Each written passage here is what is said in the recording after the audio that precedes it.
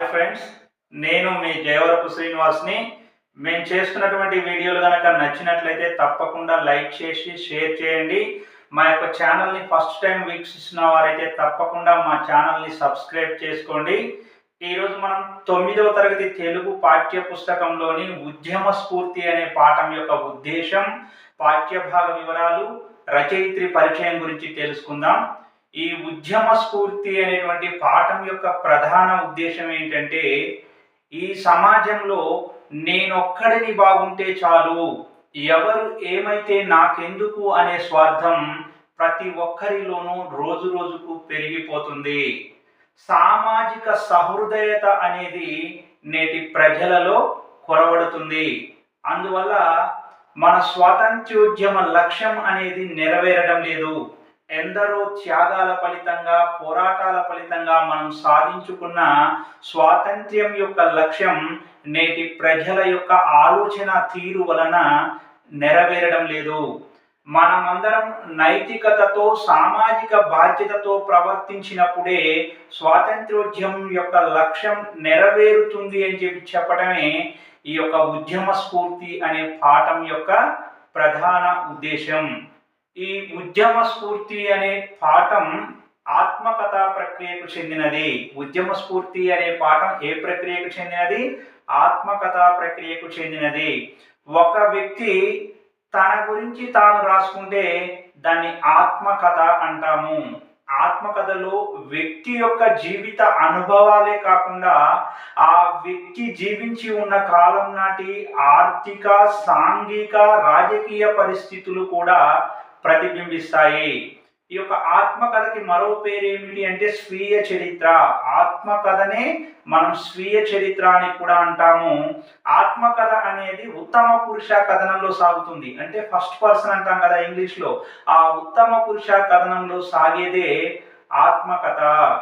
ఈ ఉద్యమ స్ఫూర్తి అనే పాఠ్యాంశాన్ని రచించిన రచయిత్రి ఎవరు అంటే సంగెం లక్ష్మీబాయి. సంగెం లక్ష్మీబాయి రచించిన నా జైలు జ్ఞాపకాలు, అనుభవాలు అనే ఆత్మకథ నుండి ఈ ఉద్యమ స్ఫూర్తి అనేటువంటి పాఠ్యాంశం గ్రహించబడింది. బాగా గుర్తుంచుకోవాలి. ఉద్యమ స్ఫూర్తి అనేటువంటి పాఠ్యాంశం సంగెం లక్ష్మీబాయి రచించిన నా జైలు జ్ఞాపకాలు, అనుభవాలు అనే ఆత్మకథ నుండి గ్రహించబడింది. ఆత్మకథనే ఇంకా ఏమంటాము? స్వీయ చరిత్ర అని చెప్పేసి అంటాము. ఒక వ్యక్తి తన గురించి తాను రాసుకుంటే దాన్ని ఆత్మకథ అంటాము. ఒక వ్యక్తి మరొక వ్యక్తిని గురించి రాస్తే అది జీవిత చరిత్ర అవుతుంది.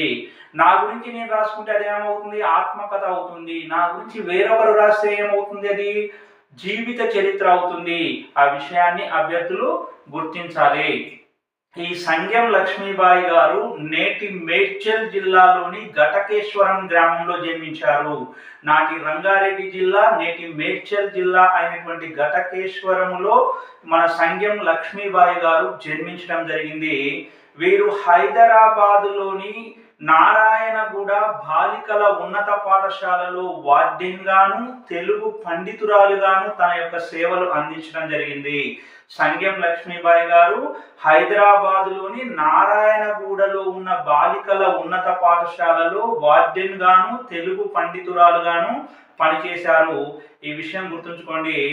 గాంధీజీ పిలుపుతో ఉప్పు సత్యాగ్రహంలో పాల్గొని జైలుకు వెళ్ళిన తొలి తెలంగాణ మహిళ ఎవరు అంటే సంగెం లక్ష్మీబాయి. బాగా గుర్తుంచుకోవాలి. గాంధీజీ పిలుపుతో ఉప్పు సత్యాగ్రహంలో పాల్గొని జైలుకు వెళ్ళిన తొలి తెలంగాణ మహిళ ఎవరు?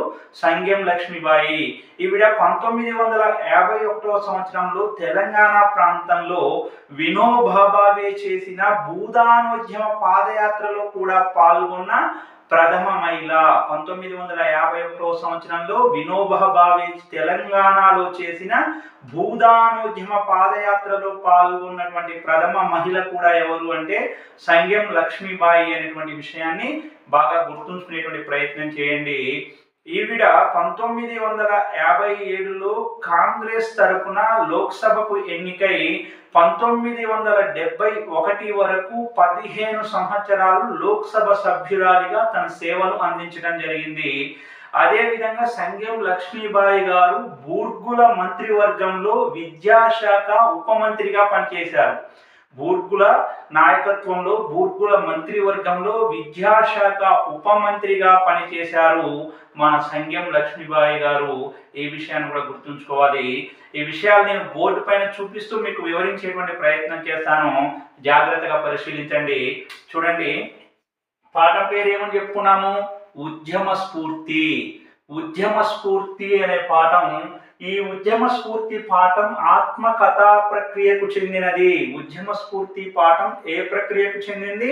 ఆత్మకథా ప్రక్రియకు చెందినది. ఒక వ్యక్తి తన జీవిత విశేషాలను ఒక గ్రంథంగా రాస్తే అది ఆత్మకథ అవుతుంది.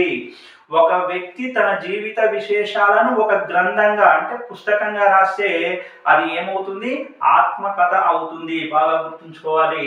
ఆత్మకథనే స్వీయ చరిత్ర అని కూడా అంటారు. ఆత్మకథను స్వీయ చరిత్ర అని కూడా పిలుస్తాం. ఇది ఉత్తమ పురుష కథనంలో సాగుతుంది. అంటే ఫస్ట్ పర్సన్ అని చెప్పాను కదా, ఈ యొక్క ఆత్మకథ అనేది ఉత్తమ పురుష కథనంలో సాగుతుంది. బాగా గుర్తుంచుకోవాలి. ఆత్మకథలో రచయిత అనుభవాలే కాకుండా సమకాలీన విశేషాలు, ఆనాటి ఆర్థిక, సాంఘిక, రాజకీయ పరిస్థితులు తెలుస్తాయి. బాగా గుర్తుంచుకోవాలి. ఆత్మకథలో రచయిత అనుభవాలే కాకుండా ఆనాటి సాంఘిక, ఆర్థిక, రాజకీయ పరిస్థితులు కూడా తెలుస్తాయి. ఉద్యమ స్ఫూర్తి పాఠం సంగెం లక్ష్మీబాయి రచించిన నా జైలు జ్ఞాపకాలు అనుభవాలు అనే ఆత్మకథ నుండి గ్రహించబడింది. ఉద్యమ స్ఫూర్తి పాఠం దేని నుండి గ్రహించబడింది అని చెప్పి ప్రశ్న అడిగే అవకాశం ఉంటుంది. ఉద్యమ స్ఫూర్తి పాఠం సంగెం లక్ష్మీబాయి రచించిన నా జైలు జ్ఞాపకాలు అనుభవాలు అనే ఆత్మకథ నుండి గ్రహించబడింది అని చెప్పి అభ్యర్థులందరూ కూడా గుర్తుంచుకోండి. అదేవిధంగా ఈమె కాలం చూడండి, 1911 నుండి 1979 మధ్య కాలంలో వీరు జీవించి ఉన్నారు. ఈమె రంగారెడ్డి జిల్లాలోని ఘటకేశ్వరం గ్రామంలో జన్మించింది.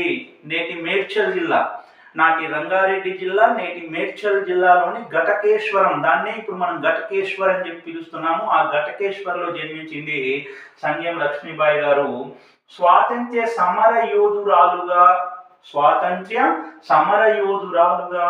సంఘ సేవా పరాయణురాలుగా తన జీవితాన్ని సమాజానికి అంకితం చేసిన గొప్ప వ్యక్తి లక్ష్మీబాయి. స్వాతంత్ర్య సమర యోధురాలుగా సంఘ సేవా పరాయణురాలుగా తన జీవితాన్ని ప్రజలకి అంటే సమాజానికి అంకితం చేసిన గొప్ప వ్యక్తి, మహనీయురాలు ఎవరు అంటే సంగెం లక్ష్మీబాయి.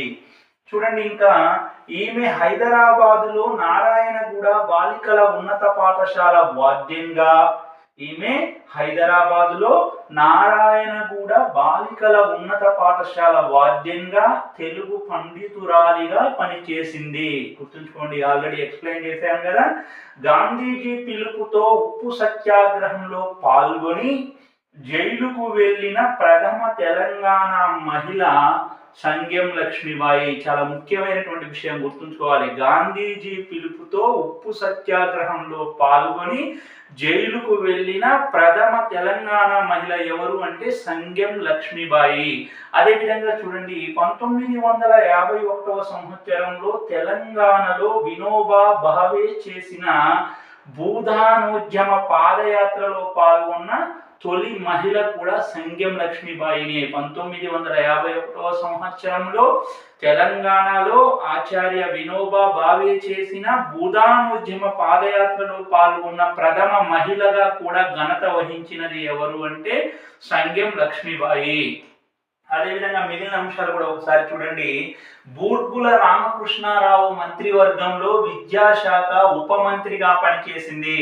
ఈవిడ బూర్గుల రామకృష్ణారావు గారి మంత్రివర్గంలో విద్యాశాఖ ఉప మంత్రిగా పనిచేసింది. ఈ విషయం కూడా గుర్తుంచుకోండి. 1957లో కాంగ్రెస్ పార్టీ తరఫున లోకసభకు ఎన్నికై 1971వ సంవత్సరం వరకు 15 సంవత్సరాలు లోకసభ సభ్యురాలిగా సేవలందించింది. చెప్పాను కదా, 1957లో కాంగ్రెస్ పార్టీ తరఫున లోక్సభకు ఎన్నికై 1971వ సంవత్సరం వరకు 15 సంవత్సరాల పాటు లోక్సభ సభ్యురాలుగా సేవ చేసిన ఘనత ఎవరికి దక్కింది అంటే సంగెం లక్ష్మీబాయికి దక్కింది. అదేవిధంగా ఈ పాఠం ఉద్దేశం మొదట్లోనే చెప్పుకున్నాం కదా, మళ్ళీ ఒకసారి పరిశీలించండి. పాఠం ఉద్దేశం: నేనొక్కడిని బాగుంటే చాలు, ఎవరు ఏమైతే నాకెందుకు అనే స్వార్థం నేటి సమాజంలో రోజు రోజుకు పెరిగిపోతున్నది. సామాజిక అభివృద్ధిని కోరుకునే సహృదయత చాలా వరకు కరువైంది. చెప్పాను కదా, నేనొక్కడినే బాగుంటే చాలు, ఎవరు ఏమైతే నాకెందుకు అనేటువంటి స్వార్థం నేటి సమాజంలో రోజు రోజుకు పెరిగిపోతున్నది. సామాజిక బాధ్యత అనేది నేటి ప్రజలలో కరువవుతున్నది. త్యాగాల పోరాటాల ఫలితంగా లభించిన స్వాతంత్ర్య లక్ష్యం నెరవేరటం లేదు. సామాజిక బాధ్యతతో నైతికతతో మనమందరం జీవించినప్పుడే స్వాతంత్ర్యానికి సార్థకత లభిస్తుందని చెప్పటమే ఈ పాఠం ఉద్దేశం. ఎందరో త్యాగాల ఫలితంగా పోరాటాల ఫలితంగా మనం బానిసత్వం నుండి విముక్తిని పొంది 1947 ఆగస్టు 15న స్వాతంత్ర్యాన్ని సంపాదించుకున్నాం. కానీ ఆ స్వాతంత్ర్యం యొక్క లక్ష్యం నెరవేరుతుందా అంటే నెరవేరడం లేదు అని చెప్పి కల్లారా చూసినటువంటి సంగెం లక్ష్మీబాయి బాధతో తన ఆత్మకథలో రాసుకున్న విషయాలని ఈ పాఠ్యాంశంగా మనకు అందించడం జరిగింది. మనమందరము కూడా నైతికతతోటి సామాజిక బాధ్యతతోటి ప్రవర్తించినప్పుడే మన స్వతంత్రోద్యమం యొక్క లక్ష్యం, మన స్వాతంత్ర్యం యొక్క లక్ష్యం నెరవేరుతుంది అని చెప్పి ఈ పాఠ్యాంశం ద్వారా రచయిత్రి ఆకాంక్షిస్తుంది, కోరుకుంటుంది. చూడండి, ఇంకా ఈ పాఠ్యాంశం చివరిలో ఒక పారాగ్రాఫ్ లో కొన్ని ముఖ్యమైన అంశాలు ఇచ్చారు. ఆ అంశాలను కూడా పరిశీలించే ప్రయత్నం చేయండి. నైజాంలో గ్రాడ్యుయేట్ అయిన మొదటి మహిళ మరియు సంఘ సంస్కర్త ఎవరు అంటే మసూమా బేగం. నైజాంలో గ్రాడ్యుయేట్ అయిన మొదటి మహిళ మరియు సంఘ సంస్కర్త. నైజాంలో గ్రాడ్యుయేట్ అయిన మొదటి మహిళ మరియు సంఘ సంస్కర్త ఎవరు అంటే మసూమా బేగం. మసూమా బేగం స్థాపించిన సంస్థ పేరు ఏమిటి అంటే అంజుమాన్ ఏ ఖవాతీన్. నైజాంలో గ్రాడ్యుయేట్ అయిన మొదటి మహిళ మరియు సంఘ సంస్కర్త ఎవరు అంటే మసూమా బేగం. మసూమా బేగం స్థాపించిన సంస్థ అంజుమాన్ ఏ ఖవాతీన్. అంజుమాన్ ఏ ఖవాతీన్. హైదరాబాద్ నుండి మంత్రి పదవి పొందిన తొలి మహిళ అయిన మసూమా బేగం భర్త ఎవరు అంటే ప్రొఫెసర్ హసీమాన్ అలీ ఖాన్. హైదరాబాద్ నుండి మంత్రి పదవి పొందిన తొలి మహిళ కూడా మాసూమా బేగమే. ఆ మాసూమా బేగం యొక్క భర్త ఎవరంటే ప్రొఫెసర్ హసీమాన్ అలీ ఖాన్ అనే విషయము కూడా అభ్యర్థులు గుర్తుంచుకోవాలి. నైజాంలో గ్రాడ్యుయేట్ అయిన తొలి మహిళ మరియు సంఘ సంస్కర్త ఎవరు అంటే మాసూమా బేగం. మాసూమా బేగం యొక్క భర్త ఎవరు అంటే ప్రొఫెసర్ హసీమాన్ అలీ ఖాన్. ప్రొఫెసర్ హసీమాన్ అలీ ఖాన్. మాసూమా బేగం స్థాపించిన సంస్థ ఏమిటి అని చెప్పి అడిగే అవకాశం ఉంది. అంజుమాన్ ఏ ఖవాతీన్ అని చెప్పేసి గుర్తుంచుకునే ప్రయత్నం చేయండి. ఓకేనా. మనకు సంగెం లక్ష్మీబాయి అనగానే గాంధీజీ పిలుపుతో సత్యాగ్రహోద్యమంలో పాల్గొని జైలుకు వెళ్ళిన తొలి తెలంగాణ మహిళ అనేటువంటి విషయం గుర్తుండాలి. మరి వినోబా భావే తెలంగాణలో చేసిన భూదానోద్యమ పాదయాత్రలో పాల్గొన్న ప్రథమ మహిళ అనేటువంటి విషయము కూడా గుర్తుండాలి. ఈ ఉద్యమ స్ఫూర్తి అనేటువంటి పాఠ్యాంశము సంగెం లక్ష్మీబాయి రచించిన నా జైలు జ్ఞాపకాలు అనుభవాలు అనే ఆత్మకథ నుండి గ్రహించబడింది అనే విషయం గుర్తుండాలి. ఆత్మకథనే స్వీయ చరిత్ర అంటాము అనే విషయం గుర్తుండాలి. ఆత్మకథ లేదా స్వీయ చరిత్ర అనేది ఉత్తమ పురుష కథనంలో సాగుతుంది అనేటువంటి విషయం గుర్తుండాలి. ఆత్మకథ కథలు రచయిత అనుభవాలే కాకుండా ఆనాటి సాంఘిక, ఆర్థిక, రాజకీయ, సామాజిక పరిస్థితులు అనేవి ప్రతిబింబిస్తాయి అనేటువంటి విషయం కూడా గుర్తుంచుకునేటువంటి ప్రయత్నం చేయండి. మేము చేస్తున్నటువంటి వీడియోలు కనుక మీకు నచ్చినట్లయితే లైక్ చేసి షేర్ చేయండి. మా ఛానల్ని ఫస్ట్ టైం చూసిన వారైతే తప్పకుండా సబ్స్క్రైబ్ చేసుకోండి. మిత్రులకు ధన్యవాదాలతో సెలవు.